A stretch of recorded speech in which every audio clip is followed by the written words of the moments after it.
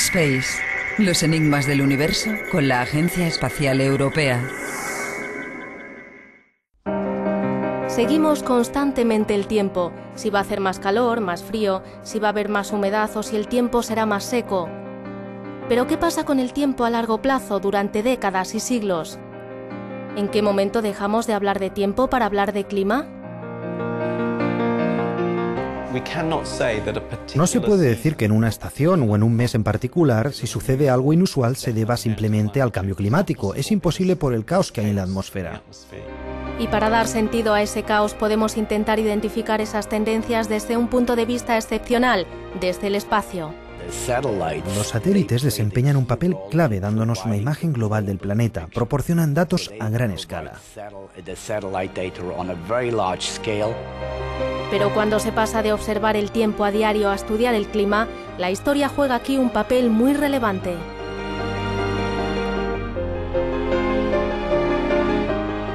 Esto es un tesoro.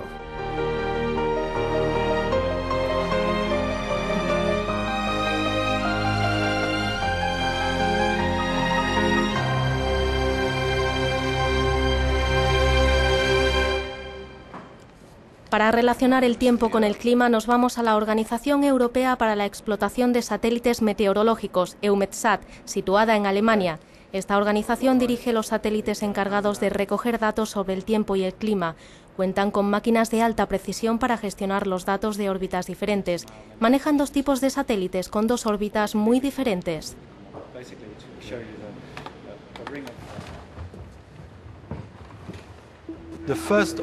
La primera órbita es la geoestacionaria, que está situada a 36.000 kilómetros, más o menos la distancia a la que está de la Tierra.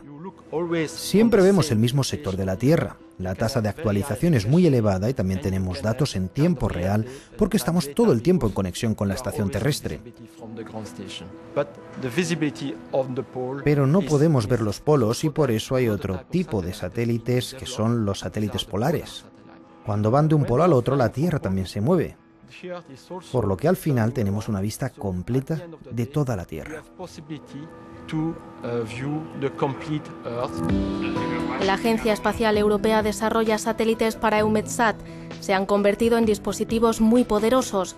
Los satélites de órbita polar ofrecen información en alta resolución sobre la temperatura y la humedad, mientras que los geoestacionarios Meteosat hacen una docena de fotografías de la Tierra casi en tiempo real.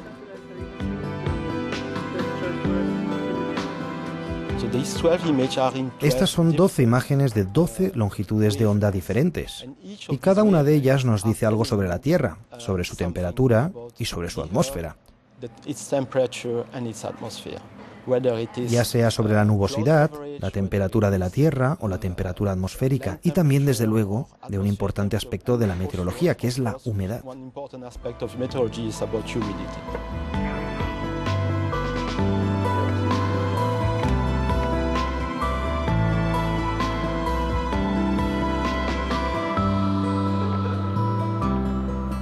Los satélites nos proporcionan más información sobre el tiempo de la que hemos tenido nunca. ¿Pero qué pasa con el clima? ¿Cómo se define y se comprende este concepto?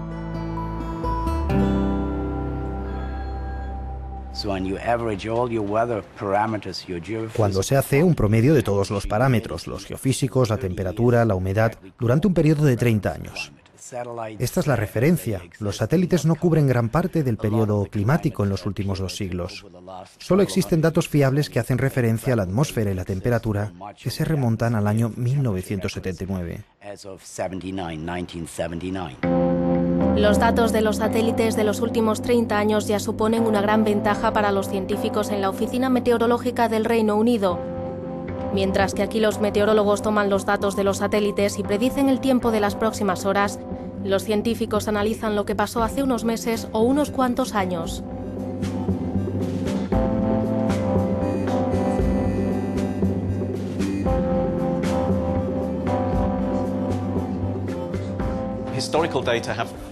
Usamos los datos históricos, yo diría, para 2 cosas, fundamentalmente.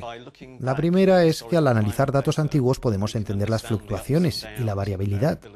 Podemos usarlos para probar nuestros modelos informáticos, para ver si se pueden o no producir las mismas fluctuaciones o si los datos se codifican correctamente, si se incluyen bien los datos científicos y físicos. En segundo lugar, usamos los datos históricos para probar nuestras previsiones. Empezamos desde antes del invierno, solo con lo que sabemos en ese momento. Hacemos pruebas para saber lo que podría pasar el invierno que viene. Lo hacemos todos los años y luego nos fijamos en los datos históricos para ver si nuestras previsiones se corresponden con lo que ha sucedido.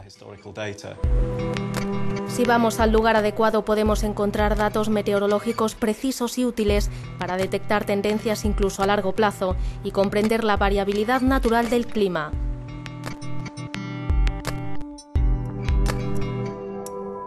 Y uno de esos lugares es la Biblioteca Británica, donde se guarda una buena parte de la historia de la observación del tiempo. Aquí encontramos a un científico que ha analizado gran parte de los documentos.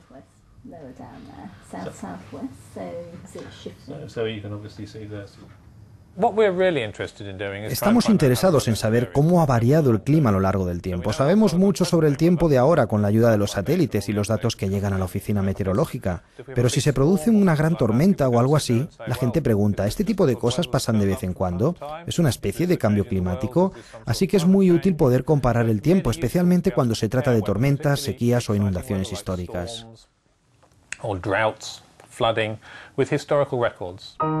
Existen registros de estos fenómenos en el mar. Estos son los libros de registros de los barcos de la Compañía Británica de las Indias Orientales, que comercializaban con India y China en los siglos XVIII y XIX. Este es el libro de registro del Seabourn, uno de los barcos de la Compañía de las Indias Orientales. El diario es de 1833 y el barco está a punto de partir de Londres a Calcuta.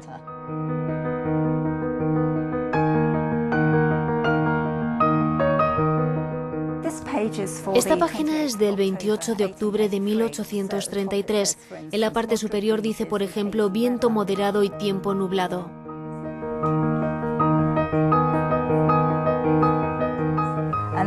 Y aquí también viento fresco y borrascoso con fuerte oleaje del suroeste que arrastra el tope del Palo Mayor. La Biblioteca Británica tiene unos 9.000 libros de la Compañía Británica de las Indias. Algunos son de 1605. En otros museos hay miles más, incluidos los del famoso navío Cutty Sark, destinado al comercio de té. A partir de 1789 se comenzaron a hacer registros meteorológicos de manera objetiva y precisa, que hoy son de gran interés para los que estudian la historia del clima.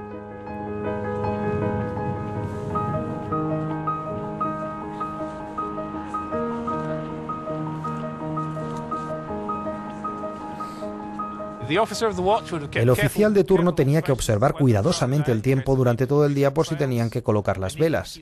Tenían que recoger esa información para determinar la posición del buque y para la navegación. A mediodía todos los días hacían además otra cosa.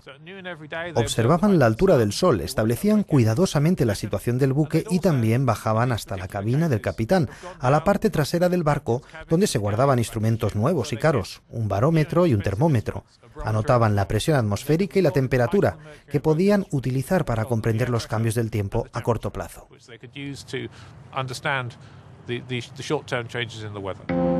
Los datos meteorológicos antiguos son un recurso valioso, porque son datos tomados directamente sobre el terreno en un lugar y en un momento concreto. ¿Pero son compatibles con la era de los satélites?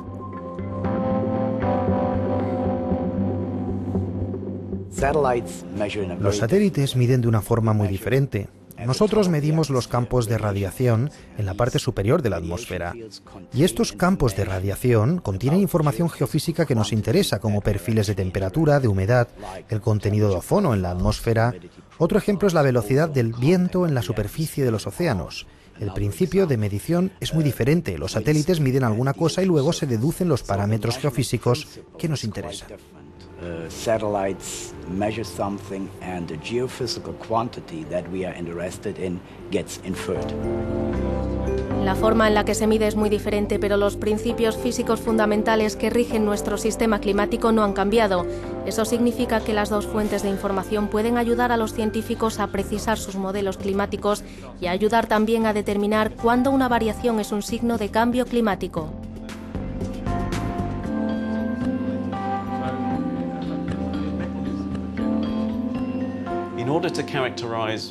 Para determinar cuándo hay realmente un cambio, hay que recordar que habrá siempre una cierta variabilidad. Sin embargo, es posible detectar una tendencia al alza o a la baja en algún parámetro.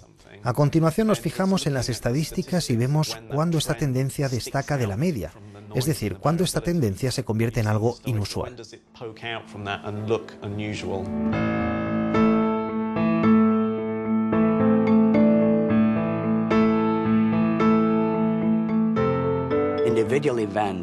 Un caso individual no constituye una prueba de cambio. Eso se tiene que dar a largo plazo, con datos estadísticos y significativos. Así que un caso aislado no tiene ningún significado. Muchos de estos eventos dan pistas. Por ejemplo, si cada verano es más caluroso, habrá un registro estadístico y se podrá probar matemáticamente que el clima está cambiando.